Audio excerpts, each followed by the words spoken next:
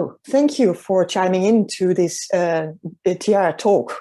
We are together, we are Peg Rowe and in Chicago. I Peg. My name is Franciska Dekker in the Netherlands.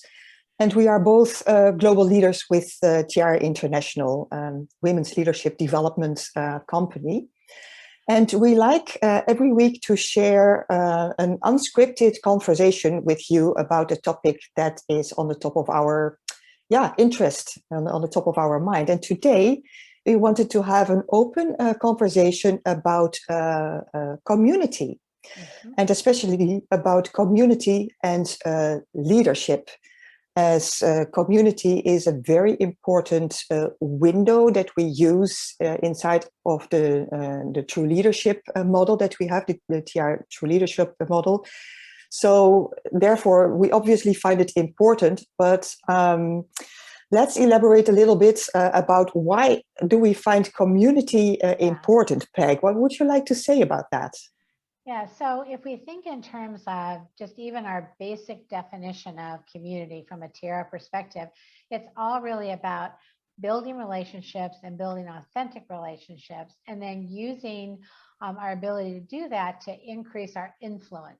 And one of the things that we know as leaders is that influence is particularly important. And so when we think of in terms of community, we're thinking about how do we expand our vision? How do we engage other people in our vision, share our vision, bring them along, engage them in a way that they want to be part of that, which is essential for influence. So community is really a building block to having effective influence in any endeavor that you have, whether it's your formal organization or other ways that you operate within your life.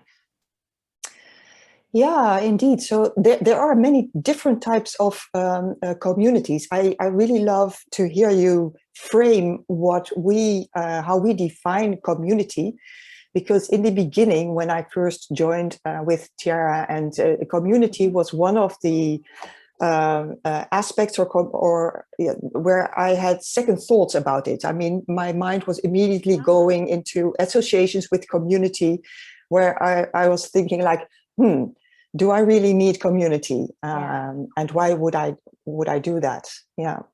Oh, that's interesting. Yeah. I didn't know that. That's great to understand. Yeah. We have different relationships to community. Yeah. And we have lots of different communities. One of the things I appreciate about how we approach community is that we all have these different communities within our lives. And over time, some of them have been with us for ages. I mean, I have colleagues and friends who have friends from elementary school that are still part of their communities. I, on the other hand, my dad was in the Navy. We moved every 2 years. I don't have anyone that I can claim as a friend that goes back that far, because I was, 5 years old and we moved when I was 7. I was 7 years old when we moved when I was 9. So those were not long-lasting communities. And yet, if you are in the same neighborhood, you go to the same schools, you've been with those friends for years, those communities are some of your longest lasting communities. And then you build others along the way. You do. It's changing over time, right? Yes. Absolutely. Yeah. Do you think, Peg, as we are invested especially in women's leadership development, and do you think that working in communities and attending to communities is something typical for women, or maybe typical feminine? What are your thoughts about that? Well, I mean, I think men and women both engage in community, but I do think that there's a way women engage in community, not to overly generalize, but I think it's not uncommon to see women fostering community in a little bit different way than men do. So I looked at my husband, and he has a community of guys that he has worked with professionally, and they play golf together. That's a clear community for Chuck, and he relies on them. But it's a different kind of community than the communities I have of colleagues and friends, where I feel like we lean into each other a little bit differently. We count on one another. We are appreciative of having that relationship. We foster and build those relationships. And I think in organizations, we often see that, women can, in many cases, be the ones who are more likely to be collaborative, to choose to bring others in, to engage others in a project, and create more of a community around getting that done. Mm. Yeah. So again, in fact, a matter of framing, right?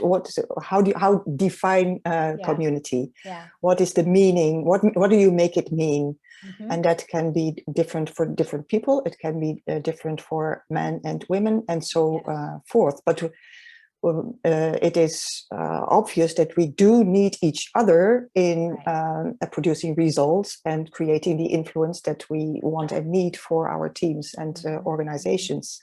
Yeah. Since there is a need to build community, what might get in the way of building community? What would you think? What may make it difficult? That's a great question, and I think it's one of the ones that we've. Sorry, I feel like I'm on the verge of sneezing. It's, I think, something that we've been confronted with in the last year. Not to date this particular talk, but we're just coming out of the extreme efforts of the pandemic, where people were locked down and not leaving to go to work and that sort of thing. And I think many people struggled with maintaining and keeping those communities during that time, when the natural ways that their communities got together were really interrupted and not able to do that. And so they either had to find alternatives like virtual ways of connecting, or perhaps some of those communities may have taken on less importance for that period of time. So I do think sometimes geography can be an obstacle, although we love having the virtual opportunity to connect with people. And I think sometimes over time, we can outgrow relationships and outgrow where we each are. And some of those communities over time may just, from lack of attention, might just kind of fade into the woodwork. Doesn't mean that we don't maintain some of those relationships, but they might not be in the form of that community. Yeah, right. Yeah. In addition to that, Peg, there may be concerns of time also, that it takes a lot of time to build community and to entertain community. Sometimes also it may be energy draining, so it's not supported. We like to build community in the line of thinking because it will be helpful. Yes. But not all communities are helpful all the time. Right. Yes. So that can be impeding. Yeah, and I think for a lot of folks, that's where some of that outlived community is. Like, you realize that you had a strong connection to a community at one point, and then you may have you may have grown in different directions, and that community no longer feels like it has as much of a direct impact on you, or you a direct impact on them. So I do think over time it makes sense for us to step back and take a look at, who are our communities and how are we operating inside of those? We sometimes talk about the equal importance of giving and receiving. And we know that women bias a lot towards the giving side of it and tend not to feel like they should receive as much, which of course is silly, because we all like to give, and receiving is part of that. But I think it helps to step back and really assess. And are there communities that, maybe you want to increase your energy towards, and you want to increase your activity with? And there may be communities where this might be a time to step back a little bit and, assess and see, is this still a place where I can make a valuable contribution, and that's making a valuable contribution to me? Yes, indeed. This is exactly why community is part of the curriculum. Right. That in our curriculum, we go beyond the theoretical understanding and we go right into the practical application. How does it look for you now? And where can you sort of upgrade your set of communities that you are entertaining at the moment? Yeah. In addition to that content that we offer, what else do we offer as Tiara leadership in terms of community? Can you talk to us a little bit about them?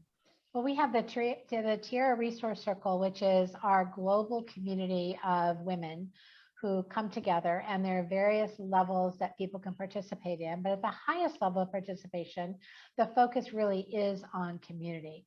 And so to sustain that, we do a monthly true leadership session where we take a particular topic. This month, we actually are doing community next Tuesday, and we're going to focus on that. And that is an opportunity for our community to gather together and really delve into for themselves whatever that topic is.